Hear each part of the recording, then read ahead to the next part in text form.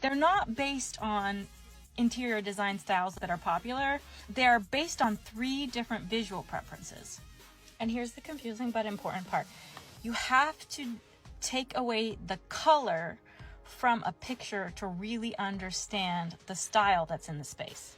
I'm not saying the color is not important, because it absolutely is, but to understand the underlying style, we have to take away the color. Because it would be very easy to say you didn't like this particular style if you don't like the color pink, but maybe you do like the style, but just not the color pink. And that's why you have to take away the color to really understand the style. When I look at this picture without any color, I can tell that the color palette is very subdued. It's all kind of one tone. There's not a lot of variation between the light and the dark colors. And then we're gonna look at the quantity of stuff that's in this space. There's a lot of flowers and things on the shelves and a lot of pillows.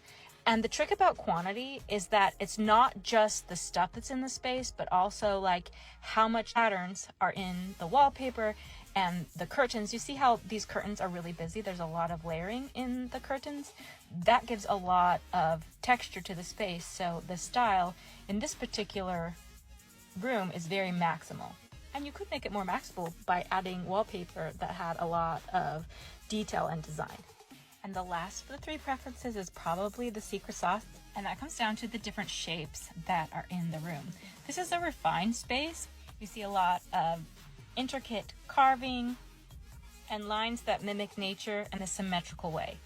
And this video is getting long, so I'm going to stop here, but if you want to learn more, you can pre-order my decodna interior design book in my stand store and get a killer deal. When it's all finished, I'm probably going to charge $100 for the entire book, but right now you can get it for $10. Follow for more.